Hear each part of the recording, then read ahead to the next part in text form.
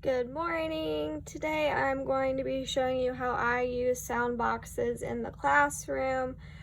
Sound boxes are good for segmenting and blending sounds.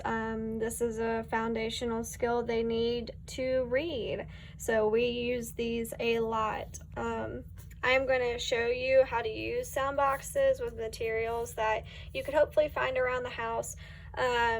If you do not have some of these materials, I'll tell you what you could use to substitute. So what I have with me are just sticky notes with letters written on them for the words that I'll be using. I have erasers and I have an expo marker. If you don't have an expo marker, then you can just use paper and pencil for these. It works just as well to use paper and pencil, but I do find that if you do have an expo marker, kids think it's really fun to write on tables for some reason. So, oh, and then I have a picture that I just have around the house.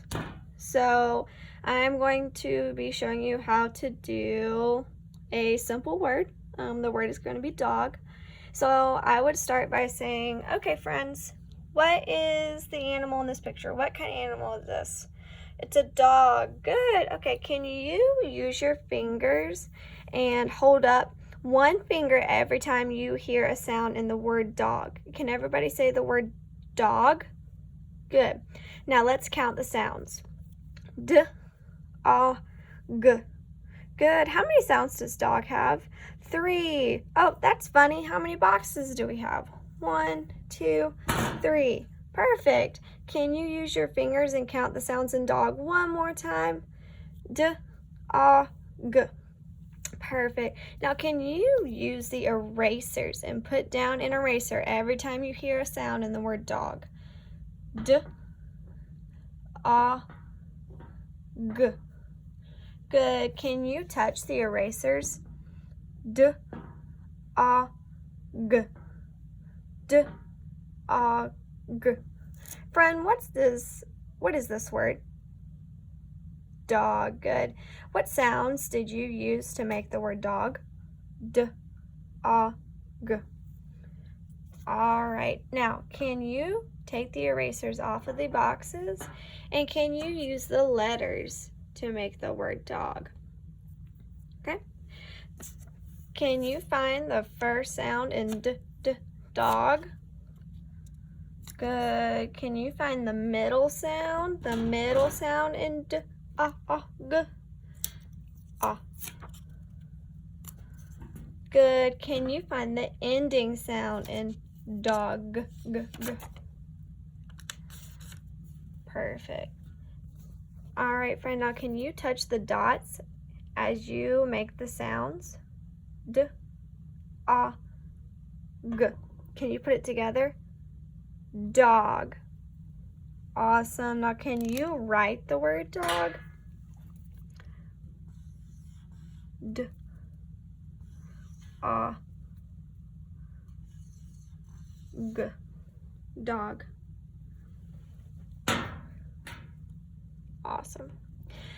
So a few tips for using sound boxes.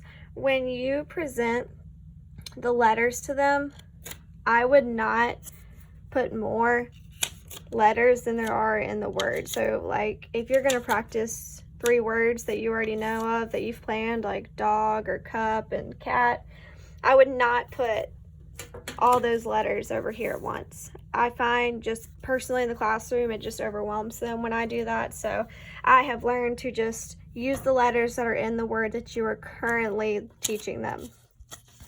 Another thing that I want to encourage is when they are using sound boxes, try to have them put the first sound down first.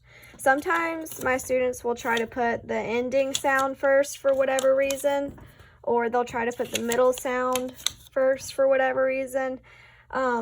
Even if they're putting them in the right places, that's awesome that they know that it's the beginning, middle, and end sound, but I do encourage them to start with the beginning sound. And they should know that this is the beginning, middle, and end sound. And if you tell them to use their spelling arm, they should know how to do that as well. We use our spelling arm a lot in class. Okay, so the next thing I'm going to show you is kind of a way to challenge your students if this becomes too easy for them. Sorry, just let me get my letters over here. Alright, so I'm just going to erase the word dog.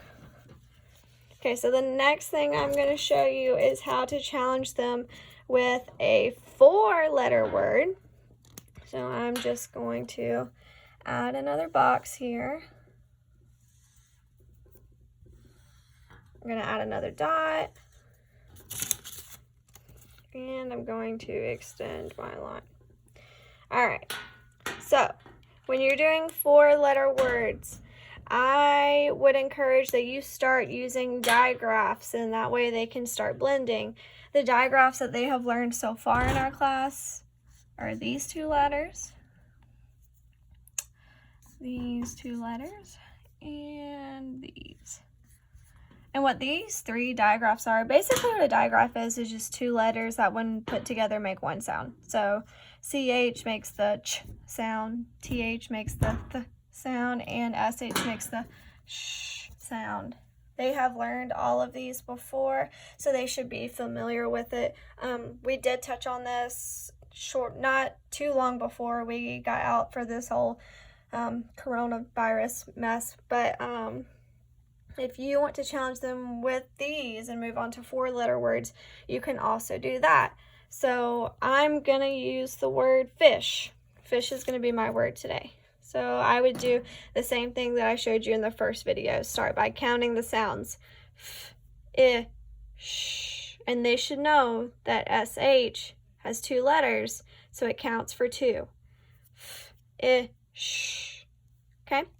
When you do the sound boxes, they should go f, I, sh, and kind of put this together. It would work if you just did it in one box, but I just like to use the 2 boxes because I want them to know that there are 2 letters in the sound sh. So I'm going to be doing it that way. However, I have seen it done the other way as well. So ish, you would have your letters out for your friend.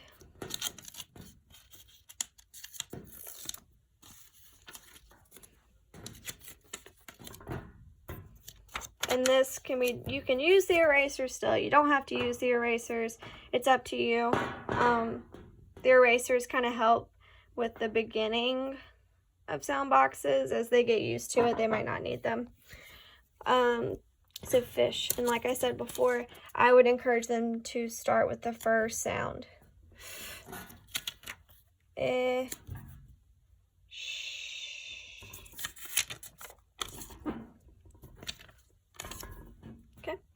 And as they get better with sound boxes, they can start blending with one movement. So for example, they don't have to go they can go sh, or even fish, like that. And then they can practice writing the word on the line as they say the sound. So